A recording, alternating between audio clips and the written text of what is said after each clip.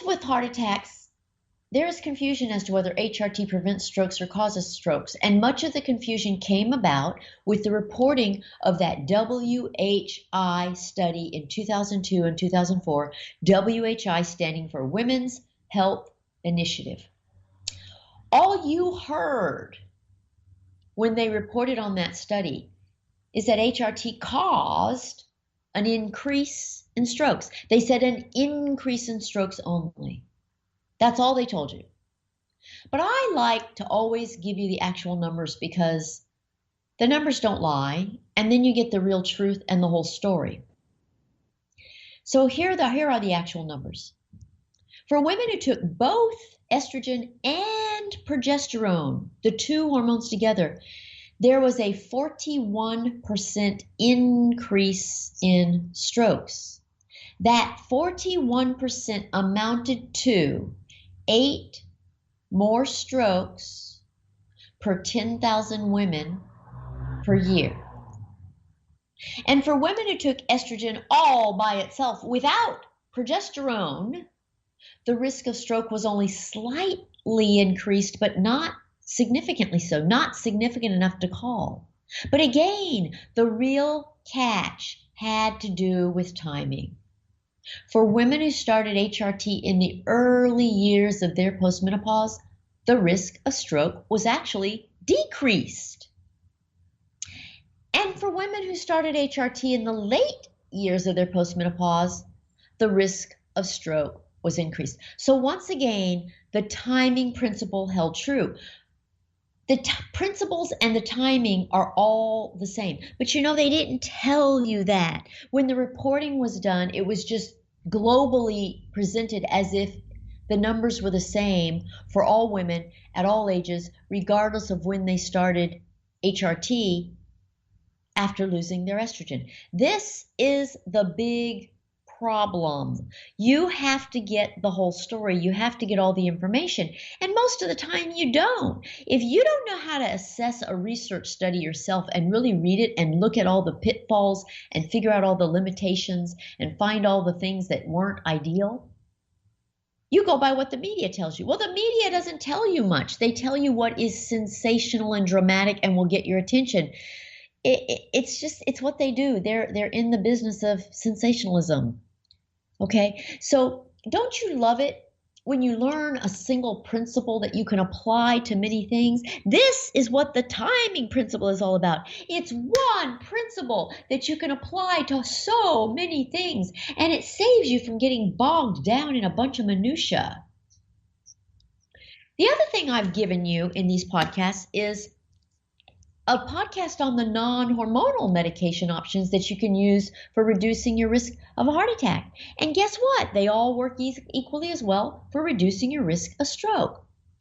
Now, of course, some of them work better for preventing a stroke than they do for preventing a heart attack, and some work better for preventing a heart attack than they do for preventing stroke. Overall, they include the statin drugs, aspirin, and blood pressure medications. And some people actually need more than one reason to get motivated to reduce their risk for a disease. And so what you see here is that there's so much overlap between heart attack and stroke that if you weren't convinced that heart attack was important enough to you, maybe you are convinced that a stroke is. Regardless of which one is more important to you, the great thing is that you have so many options for decreasing your risk for both. You have a bunch of ways to avoid a stroke of bad luck. So I love making sure you get the big picture and understand all these nuances. And I love making sure you understand that my goal is to dispel all your misinformation along the way and make sure that your education is really complete and not just a bunch of hype and scare tactics. You know, we live in a time when most people don't get a real education on, well, hardly anything, to tell the truth. Most people have sound bites. They get blurbs. They hear bits and pieces of information, and they think they have information. They think they have an education. That will never, ever, ever constitute an education. It mostly constitutes scare tactics or pieces of information that don't really fit together, it's impossible to really connect the dots, and it leaves most people more confused than if they knew nothing. I'm a believer that you're probably better off knowing nothing than you are knowing bits and pieces of information that don't make any sense when you put them all together. It's probably not better to have scare tactics and sound bites. So the way I teach is one in which, unfortunately or fortunately, it requires you to learn the material in order, but that's such a great benefit to you because you don't end up in a situation where you are confused. And so that is my teaching style. And this is why I'm always saying to you, watch my videos in order, listen to my podcasts in order. And it's why I keep referring back over and over and over again to previous podcasts and telling you I taught you that previously, because it shows you how critical it is to get this education in a stepwise manner that gives you power to use it. I mean, if you get a real education, you have information you can use. If all you have is sound bites, you can't really use your sound bites. They're just sound bites. They just mean one thing in isolation. It's hard to connect it to anything and use it in an efficient, wise way that will bring you success. My goal is for you to successfully manage your menopause your way. This is why I cover every management option in every category: diet, lifestyle, vitamins, minerals, supplements, herbs, botanicals, hormonal medications, non-hormonal medications, even acupuncture and hypnosis. It empowers you.